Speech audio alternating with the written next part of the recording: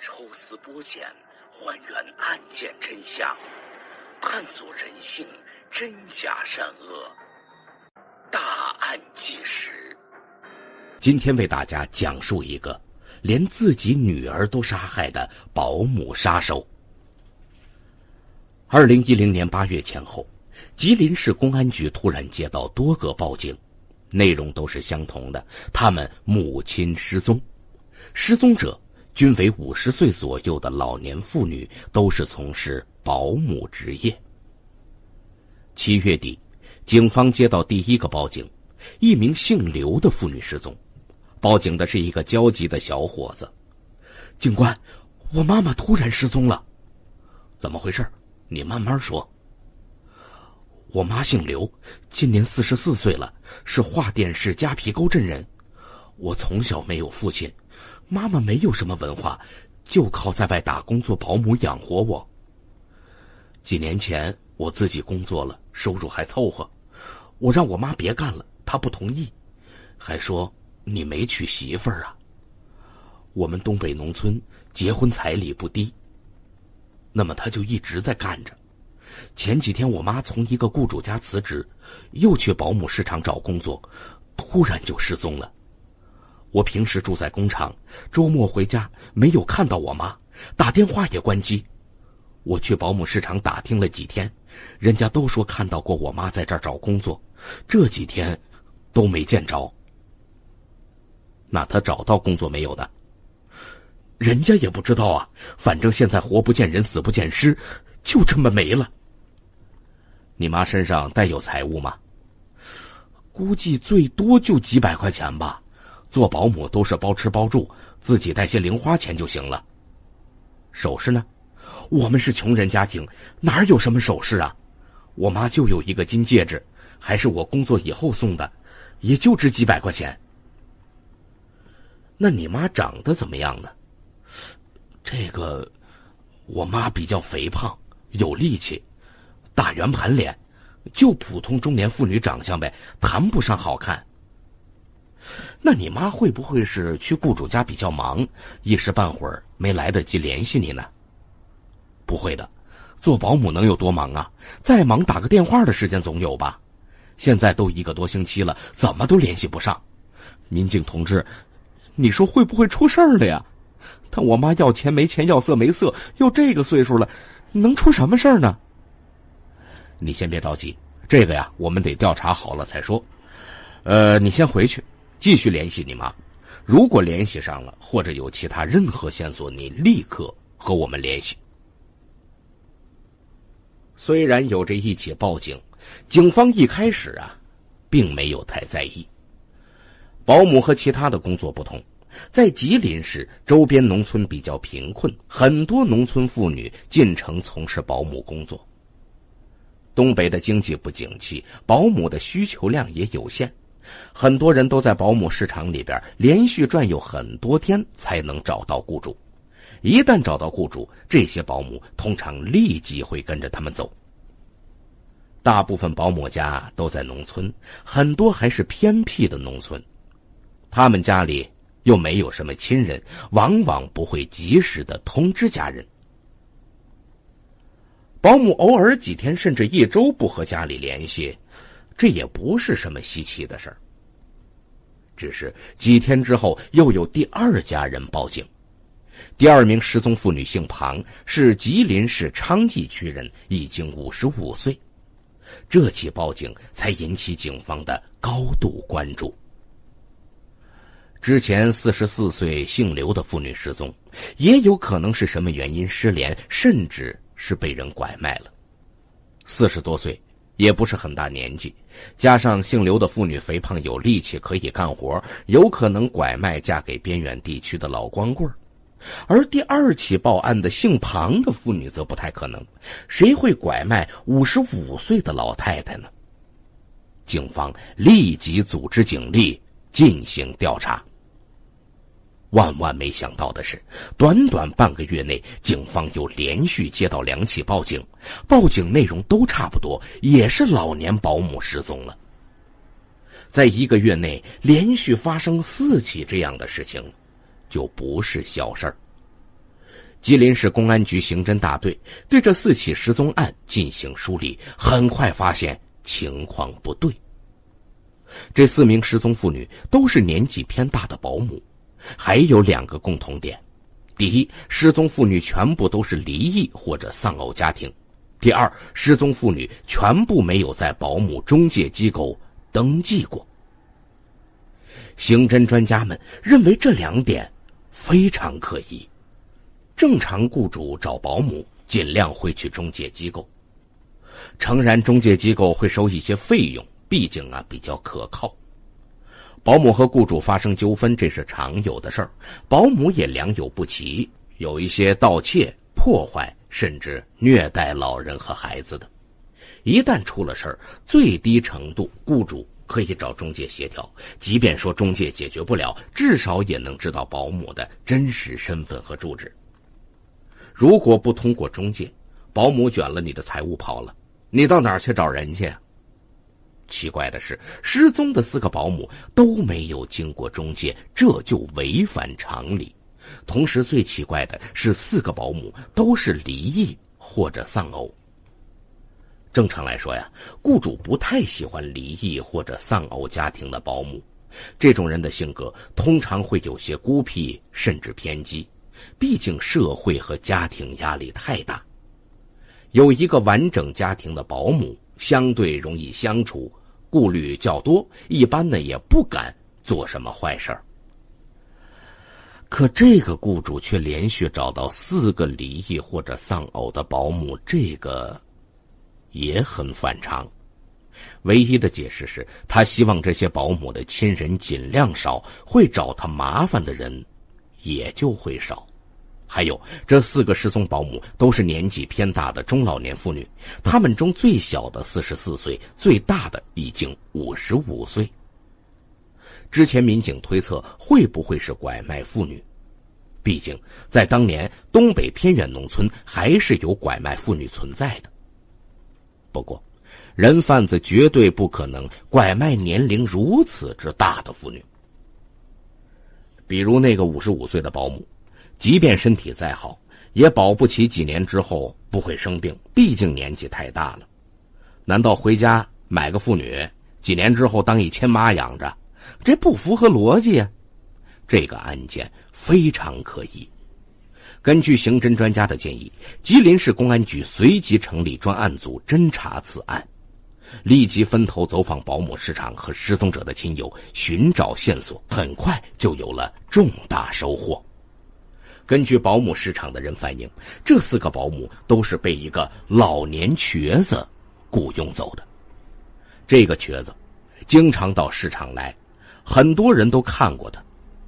大家对这个瘸子的看法还不错，他衣着整齐，看起来有50-60岁，一条腿残疾，拄着一个拐杖。他的谈吐比较文雅，看起来很温和。最重要的是，他和一个40多岁妇女一起来的。这个妇女说是他的妹妹。他们说要雇佣个年纪大的保姆去照顾一个70岁老人，条件是包吃包住，再给1200块的月薪。他们怕年轻保姆吃不了这苦，都找年龄在40岁以上甚至50岁的。这是常见的事儿没有人觉得奇怪。本来保姆行业第一是怕遇到色狼，尤其是年轻小保姆很怕这种事儿。第二是怕遇到骗子或者抢劫。现在瘸子不但雇佣老年妇女，还带着妹妹一块来，就不太可能是色狼或者骗子之类的。不过这个瘸子来的次数却很多，这1个月来他至少来了10天。有些中介就感觉奇怪，猜测是不是黑中介来抢生意。一个做中介的中年男人曾经借机向他攀谈几句。这个瘸子说自己家有个老人要照顾，但老人要求比较高，找保姆困难。之前找到的几个保姆，老人都不愿意，都解雇了。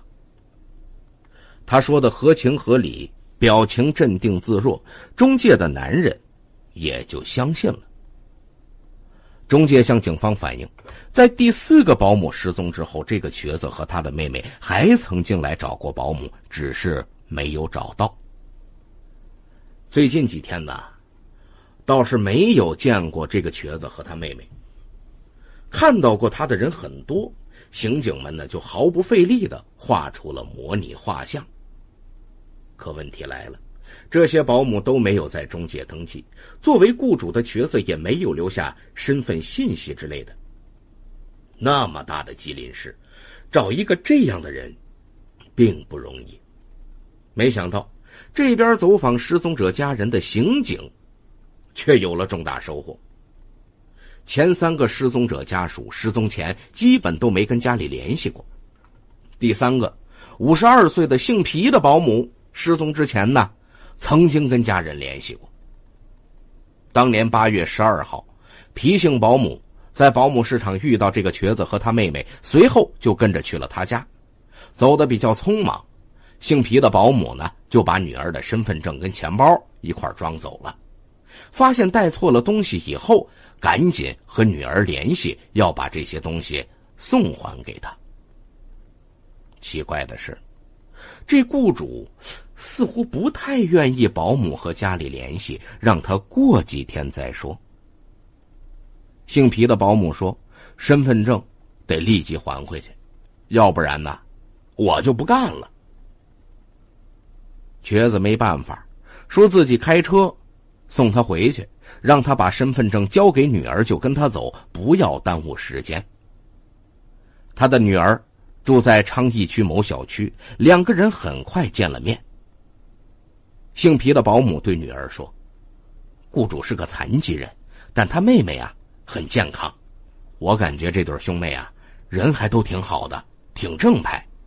这次就是那个叫张书红的瘸子开着残疾人车把我送来的。因为雇主还等在楼下，母女简单讲了2-3分钟就分开了，把身份证跟钱包放在家里就下楼了。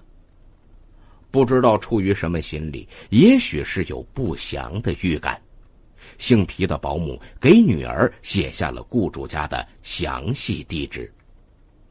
让他的女儿绝对没有想到的是，第2天母亲手机就打不通了。焦急之下，女儿根据地址跑到雇主张书红家去寻找。那么，女儿能够找到姓皮的保姆吗？张书红又是不是导致这些保姆失踪的罪魁祸首呢？姓皮的保姆啊，在前一天把身份证还给女儿之后，第2天女儿就联系不到他了。焦急之下，女儿根据地址跑到了雇主张书红家里边去寻找。敲开房门以后，51岁的张书红似乎吃了一惊，他绝对没有想到，竟然有保姆的家属找上门来。几秒钟之后，他就恢复正常，似乎一点儿也不慌张。张书红很客气地请保姆女儿坐下喝茶，说，你妈看了老人以后啊，说这活干不了，昨天就走了，我也不知道她去哪儿了。保姆的女儿没有发现什么异常，也没有看到母亲的行李，就相信了张书红的话。连续找了几天，毫无线索，女儿才去公安局报了案，说母亲失踪。专案组由此得到了张书红的详细地址。警方立即进行调查，发现张书红一些奇怪的地方。这个张书红是吉林市本地人，出生在一个知识分子家庭。他的父亲是大学的教授，母亲是中学的老师，兄弟姐妹几个都是读书人，一个姐姐和一个妹妹还去了美国留学。大哥退休之后也去了孩子在加拿大的家里，只剩下大姐住在通化。他的大姐是知识分子，为人和善，在单位和邻里中口碑很好。张书红比较不幸，他小时候得了小儿麻痹症，右腿残疾。兄弟姐妹都比较优秀，张书红则连基本生活都难以自理，一直很自卑。中学同学多年之后回忆说，张书红因为残疾，经常被班上的同学欺负。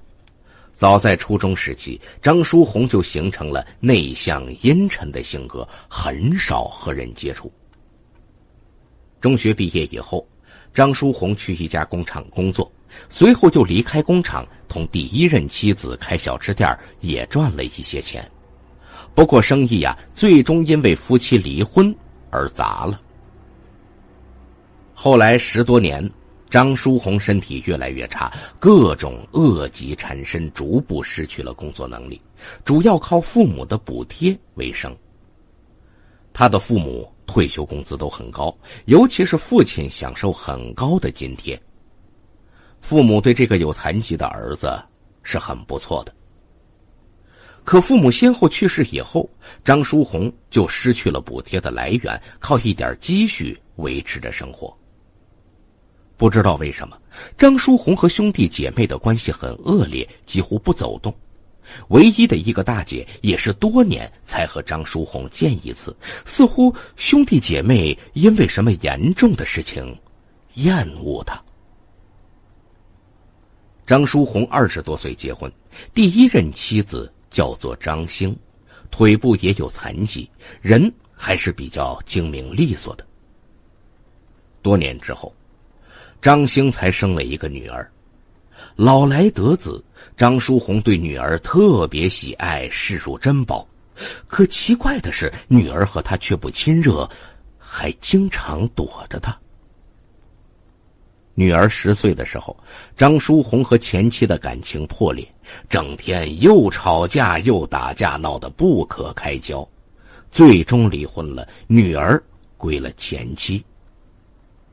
更悲剧的是，在女儿11岁的时候突然失踪，警方怀疑是被人拐卖了。前妻张兴找了很多年，始终没有找到，他开始怀疑是张书红把女儿偷偷送到美国的妹妹家去了，但是没有证据。张书红多年以后再婚，妻子是照顾他父亲的一个保姆，叫李艳秋。婚后2个人感情还可以，因为没有什么收入，都靠吃低保为生，很拮据。张书红已经51岁，除了残疾以外，还患有严重的糖尿病、心脏病等疾病，基本失去了工作能力。几年之前，张书红又和现任妻子李艳秋离婚，不过2个人似乎还住在一起。这就是张书红大概的情况。奇怪的是，根据对张书红邻居的走访，警方一度打消了对他的怀疑。在这里张书红是一个口碑很不错的人。邻居反映，张书红是个信佛的善人，平时对他们说话都很和气。他常年吃斋，家里设有佛龛，每天烧香。张书红很聪明，还会修表修电器，邻居朋友有需要帮忙的，他都会去帮。张书红平时也会和邻居打打牌，因为没钱，每次输赢都在几块钱上下，他从不赖账。最关键的是，他的身高只有1.6米，患有多种严重疾病，一条腿还要拄着拐杖才能行走。邻居说，张书红身体很虚弱，稍微高一点的台阶都上不去，每次回家爬个楼梯，张书红都要一步一步走很久。平时出门，张书红基本都是骑残疾人车来代步。有个邻居说了，他一个残疾人去杀人，我看被人杀还差不多。那就奇怪了，这么一个人能作案杀人吗？这些保姆年纪偏大，但因为常年做家务，都颇有些力气。如果张书红和这些保姆1对1搏斗，恐怕被打翻的还真是身有残疾的张书红。所以警方一度对张书红是否是真凶产生了怀疑。万幸的是，一件事儿的出现改变了一切。走访张书红亲友的刑警有了重大收获。在走访张书红第一任妻子张兴的时候啊，得到了一个重要的情况。他的妻子张兴认为张书红很可能在1998年杀死了自己的女儿。警方难以置信。你说什么？不可能吧，虎毒还不食子呢，他会杀自己亲生女儿？一言难尽。我开始也认为张书红不至于做这种事儿，现在看来肯定是他干的。随后他的前妻张兴说了自己的故事。他和张书红是自由恋爱结婚，婚后关系不错。张兴也患有小儿麻痹症，腿部有残疾，两个人同命相连。结婚之后，夫妻两人在家人资助下开了一个小吃店。张兴在店里面做服务员、收银员、洗碗工，张书红则负责买菜、烧菜，生意一度很红火。两人1982年结婚，直到1986年，张兴始终没有怀孕。张兴是个直性子的东北妇女，大大咧咧的，一直很想要个孩子。她觉得不对头，就嚷着夫妻两人一起去检查身体。张书红支支吾吾，说什么身体哪有什么问题呀，暂时没有孩子不挺好的吗？见丈夫不愿意去，张兴自己去检查过身体，一切正常。几个月之后的一天，张兴收拾家里边，无意中发现张书红的精子检验报告。报告说张书红的精子活力太低，生育方面有很大障碍，甚至可以列为不能生育的一类。显然很要面子的张书红始终瞒着妻子，张兴也就装作不知道。大约1年之后，张书红的大哥突然找到张兴，时间是1987年。大哥说他知道弟弟不能生育，全家商量过，希望弟弟能有个孩子养老。张兴说要不去亲戚家收养一个。他的大哥说我们反复找过了，亲戚家呀根本没有适合的对象。那怎么办呢？他的大哥沉默了半天，说了2个字：借种。张兴立即明白了，原来大哥是要做孩子的真正父亲，给弟弟一个孩子。当年没有什么人工受精一说，况且张书红的精子也不能做这种手术，那么张兴等于就要和大哥发生关系才可以。这不是开玩笑吗？这事儿要是传出去，张兴以后还怎么做人呢？他坚决反对。大哥前后来说过几次，张兴始终不同意。到了最后，大哥实在没办法，只能偷偷告诉张兴，这其实是张书红的主意。大哥也是架不住张书红的要求才同意的。大哥是文化人，自己也不愿意做这种丢人现眼的事儿。张兴恍然大悟，原来这是丈夫的计划。此时的张兴非常犹豫，现在如果他不同意，恐怕就要离婚。平心而论，张书红对他还是不错的，两人又是自由恋爱，有较深的感情基础。张兴自己也有残疾，一旦离婚，怕是找不到合适的对象，他自然不愿意离婚。犹豫再三，张兴最终还是同意了，希望大哥一定要严守秘密。1年之后，张兴生下了一个女儿。女儿诞生之后，张书红对孩子特别喜爱，视若珍宝。张兴回忆说，张书红对女儿是要什么给什么。有一次，张书红给孩子买了6双皮鞋。奇怪的是，孩子一天天长大之后，却不和张书红亲。张兴回忆说，那时候女儿学舞蹈，他宁可小跑去学校，也不坐爸爸的电动车。到了小学以后，孩子开始逐步排斥这个父亲，不愿意和张书红亲近。这么一来，张书红逐步开始后悔了。这孩子这么小，尚且如此，大了还能够养他的老吗？张书红又认为自己妻子和大哥发生关系借种是难以忍受的丑闻，一旦事情传帮，最要面子的张书红恐怕从此无法做人。另外，这事儿是张书红逼着妻子张兴做的，但他逐步开始嫌弃妻子，觉得妻子和大哥发生关系不干净。对此性格直爽的张兴也勃然大怒，当年哪个王八羔子逼着我做的，现在又说这种话，你过就过，不过就拉倒，我自己带着女儿也能活。由此夫妻关系恶化，经常吵架，甚至动手。最终两人协议离婚，女儿归前妻所有。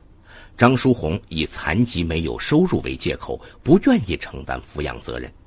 此时小吃店早已关闭，张兴在一家小工厂打工，勉强养活自己，没法养孩子。离婚之后，多次向张书红索要抚养费无果。性格火爆的张兴曾经找过张书红的大哥几次。张兴是向大哥索要抚养费用，毕竟他是孩子的亲生父亲，经济就宽裕，应该给钱。这几次吵闹之后，1998年的一天，他们的女儿就突然失踪了。那么张书红到底是不是杀害女儿的凶手呢？张书红的女儿在1998年的一天突然失踪了。据前妻张兴回忆说，按照约定，女儿去了张书红家。5天之后，学舞蹈的老师说女儿没来上课，张兴呢便让母亲去张书红家里边看看。结果途中母亲出了车祸，被撞伤进了医院。几天之后，他的父亲又去到张书红家，正遇见张书红要出门。张书红说女儿已经回妈妈家了。这时候大家才发现孩子丢了，于是到处找。他们到处张贴寻人启事，以及在报纸上刊登，发动亲友全城找人。张书红呢，也跟他们一起寻找，一直没有结果。张兴怀疑是被张家送到美国去了，以掩盖丑闻。曾经有个邻居告诉张兴说，后来他看过孩子，孩子没事儿。张兴当时认为邻居说的是真话，几年之后则怀疑邻居是被张书红花钱收买才这么说的。孩子失踪几个月之后，张兴逐步觉得事情不对。他曾经几次看到过张书红偷偷跟踪自己，还带着一个黑包，里面似乎装着什么东西。毕竟多年夫妻，张兴对于张书红比较了解，知道他外表温和，骨子凶残。张兴说，他的外表都是装的，这个人很毒，很危险。张书红每天睡觉的时候，枕头下边都会有刀、剪子，他有一把枪，还有3颗子弹。我们离婚之前打过一架，张书红被我捶了几拳，急了，把我按倒在床上，死死掐住。他当时绝对是要掐死我，我渐渐就没气了。就在神志模糊之前，我突然摸到一个水杯，就朝他头上砸去。这杯子里面是开水，张书红被烫伤以后才松手。然后他去枕头下面摸墙要杀我，我推开他，转头就跑，跑到公安局报警。公安局把他的枪收走了，因为是合法的运动射击手枪，公安局也没有处分他。惊恐之下，张兴将闺蜜接到家里一起住，平时2个女人形影不离，上下班都是一起走。即便如此，张兴仍然发现有几次张书红跟踪到自己的单位。有一回啊，张兴又发现张书红在工厂院子里面窥视，让单位保安盘问他。保安从张书红的包里搜出了一把尖利的匕首，张书红辩解说是带着防身的。张兴非常惊恐，认为张书红是要杀他，女儿很可能也是被他杀掉的。因为没有证据，张兴没有报警，只是迅速卖掉房子，远远地躲了起来。张兴对警察说，张书红是一个很失意的人，一生都不太顺利，从小残疾，上学之后被欺负，工作不好，创业失败，婚姻破产，甚至没有生育能力。张书红心里边有极大的怨气和压抑，长达几十年之久。如果张书红能够杀死一手养大的女儿，那么他就什么事情都能做出来。警方让张兴回忆，张书红有没有雇佣过什么保姆？这一说，让张兴想起了一件事儿。张兴说，在他们闹离婚时，也就是孩子失踪前一年，1997年，曾经有过一件事儿。张兴曾经几次去张书红家商量抚养孩子的问题。张书红父亲有病，家里雇佣了一个18岁的小保姆，叫李春花，是周边的吉林市船营区搜登站镇五里桥村人。李春花本来是一个服务员，后来觉得做保姆赚钱多50块钱，就改了行。李春花年纪很小，是个半大孩子，人很老实，张兴每次去都是他开的门。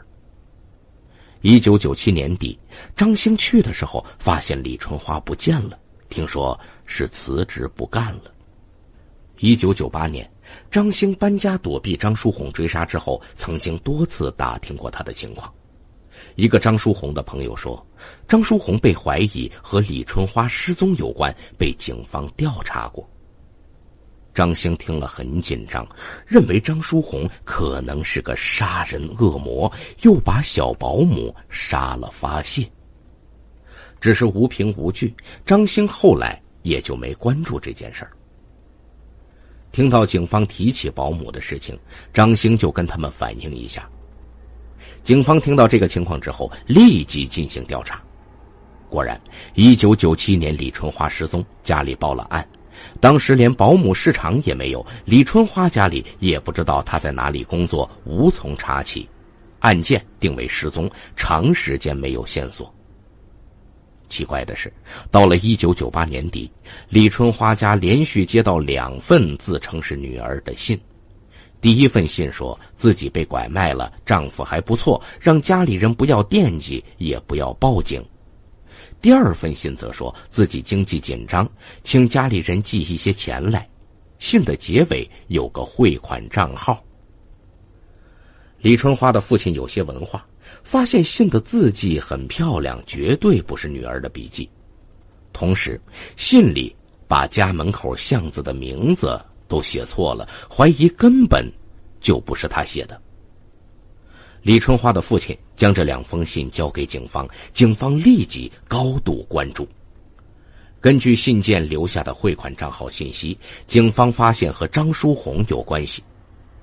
2000年，警方将张书红传唤到公安局。张书红表现沉着，推得干干净净。他说李春花早就辞职不干了，去了哪里他完全不知道。至于李春花的这个汇款账号，是在他家工作的时候，张书红帮忙替他开的而已。言之凿凿，警方又没有任何证据。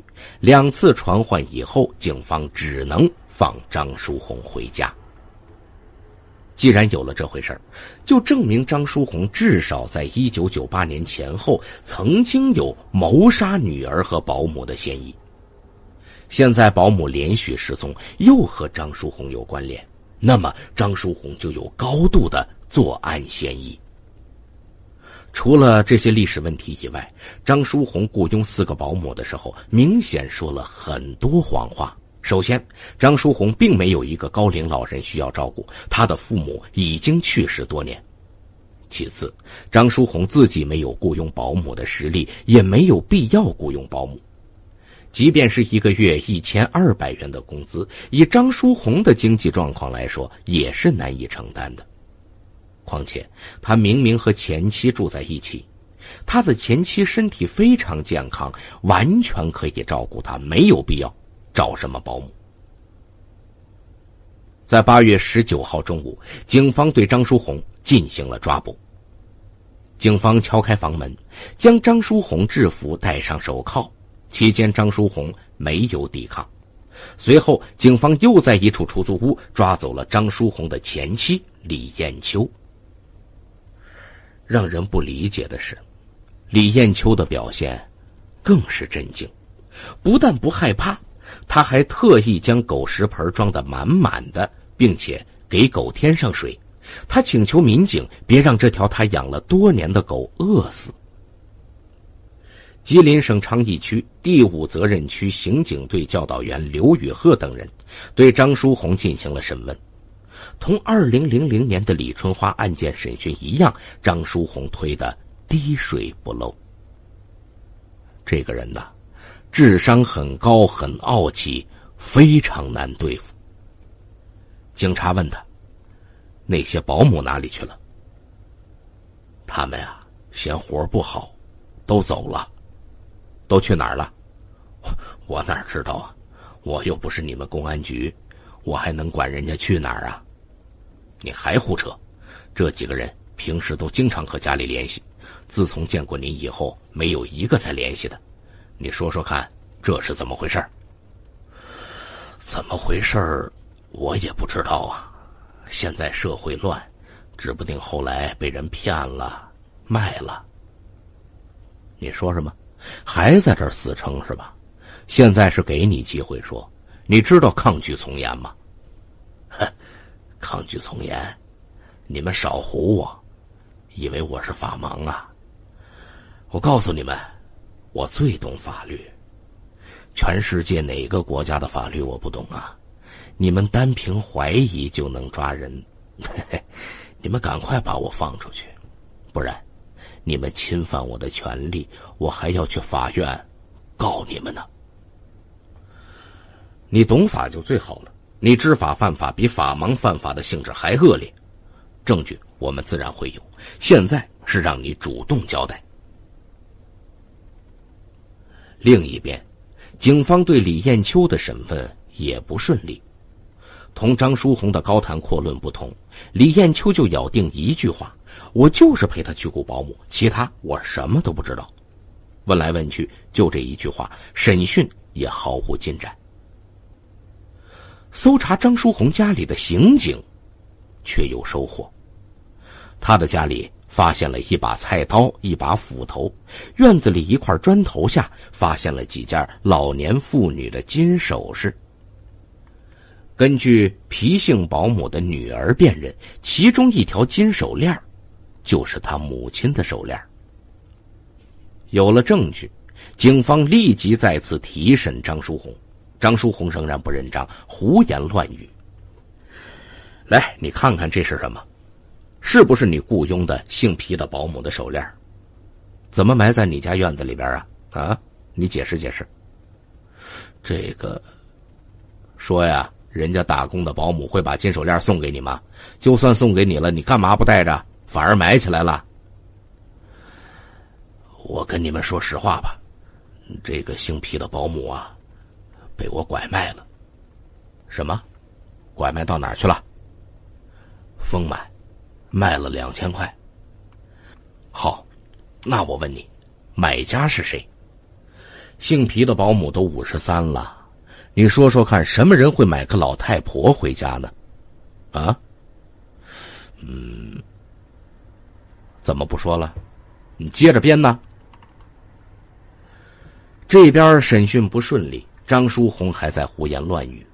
他一会儿说姓皮的保姆被他卖了，一会儿说被他推到松花江里面淹死了。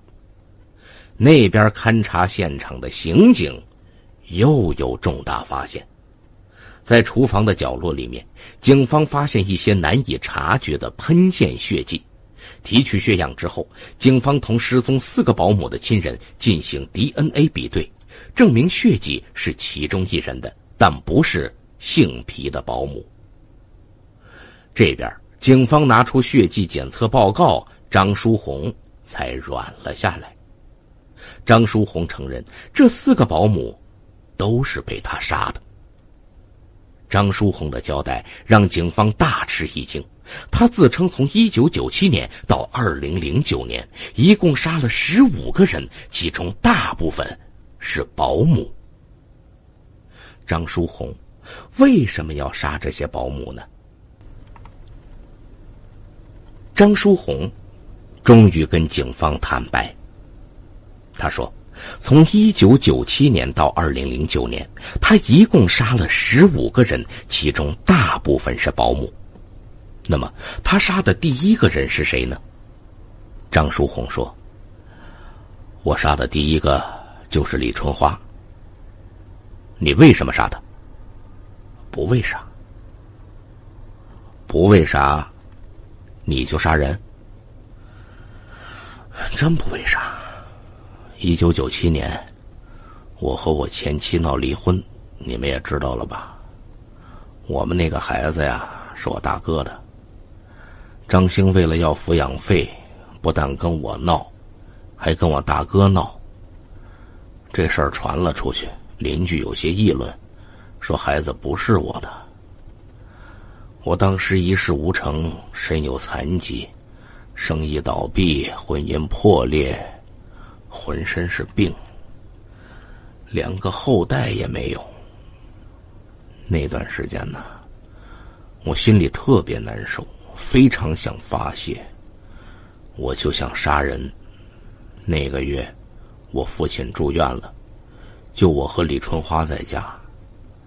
前一天他忘了把一袋豆腐放到冰箱，都臭掉了，我就说了他几句，他却说豆腐是我买回来的，也没跟他说要放冰箱，不能怪他。我当时特别生气，心想你一个小保姆也来挤兑我。我上去一把把他按到床上，对他头上打了几拳。他哭起来了，又哭又叫，还跟我撕扯。我心里边非常扭曲，不知道为什么我就用全力掐他，他不动了我才松手。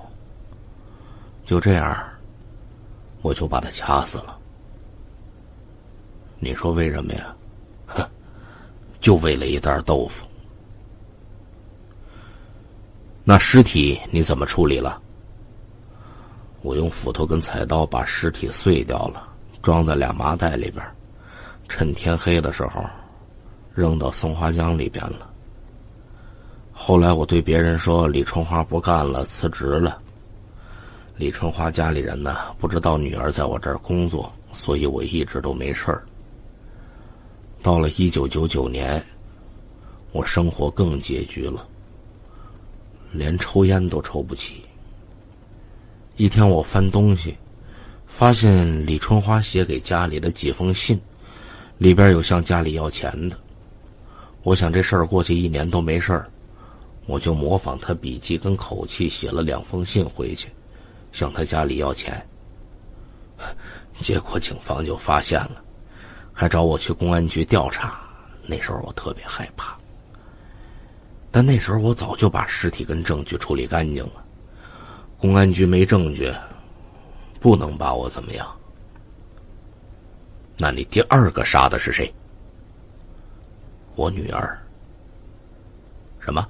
我干了30年警察，杀人犯见得多了，再坏的杀人犯也没见过杀自己儿女的。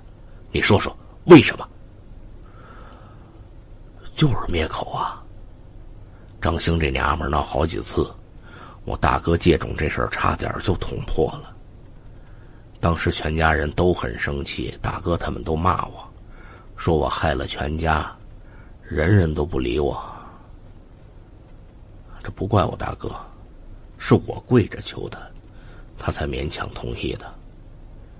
万一这事儿传出去，我大哥加上全家都别做人了。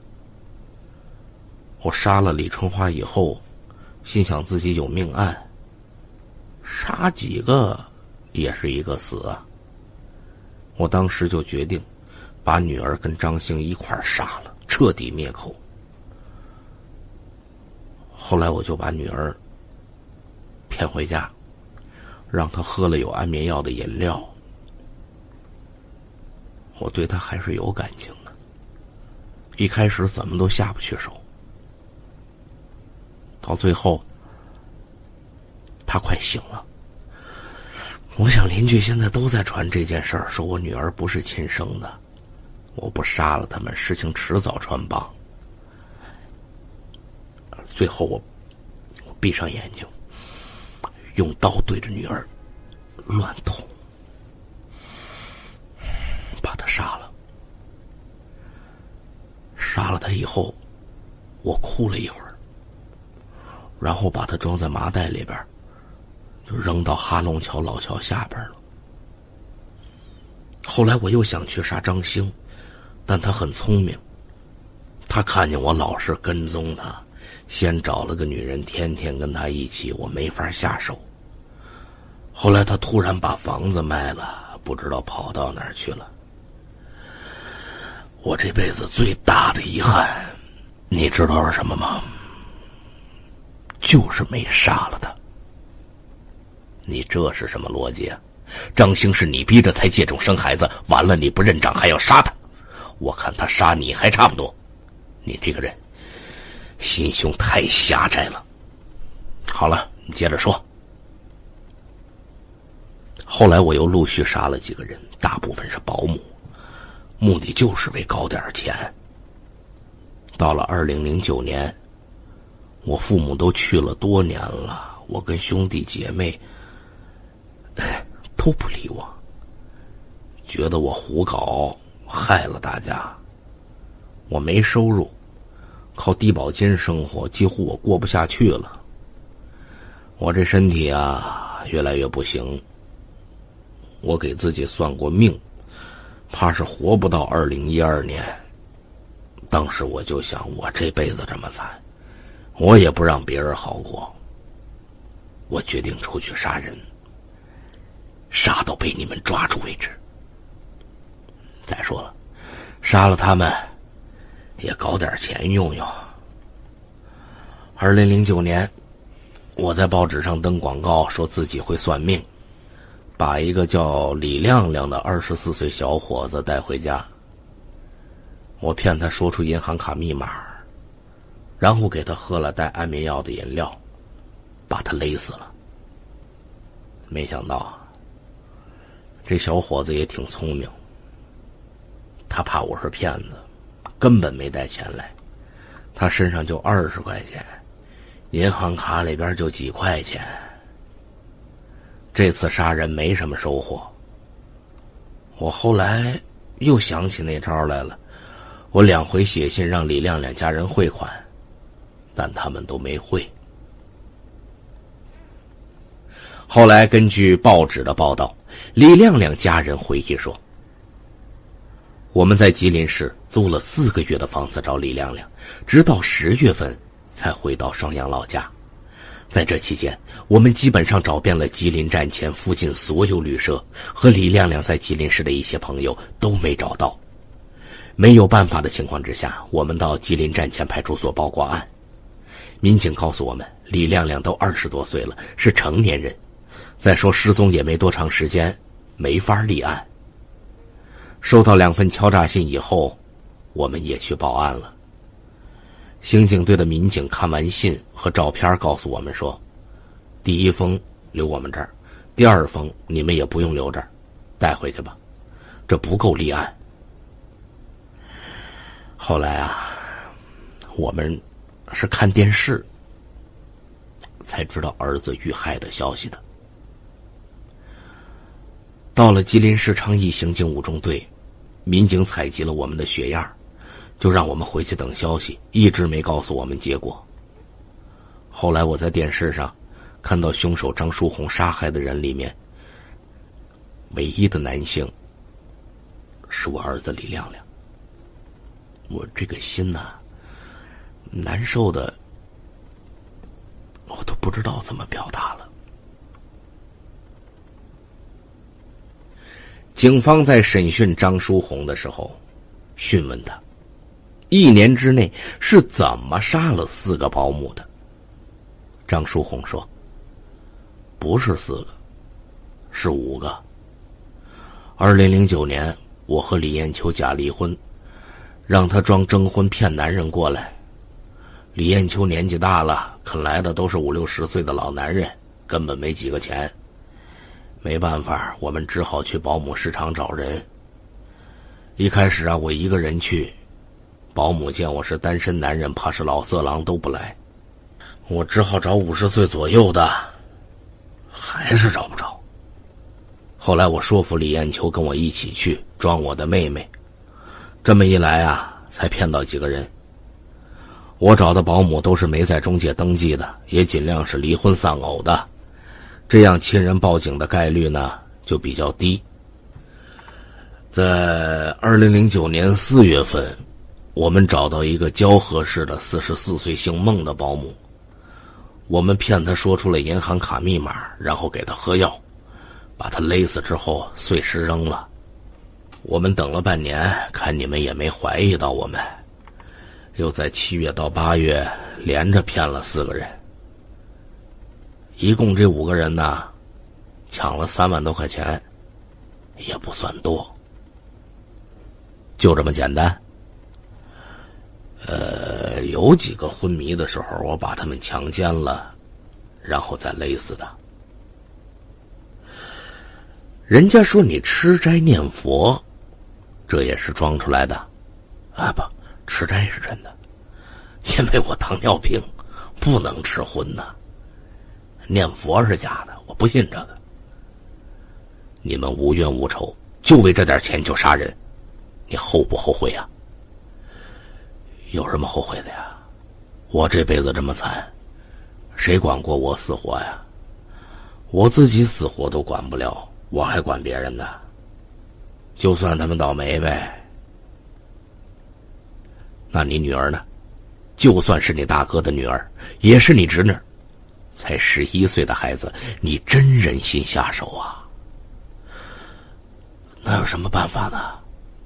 我是要一个孩子养老才冒着丑闻的危险，现在不能养老了，还留着这个隐患干什么呢？并且他出生在我们这种人家，长大了也是受苦，不如死了干净。张书红供述，他10多年一共杀了15人。因为时间过久，他又都是抛尸在江内，能够确认死者的只有6人。张书红交代抛尸地点之后，警方反复在江湾大桥等地水域搜索，只找到近几年来的部分碎尸和骨头。不过，警方认定张书红并不是乱说。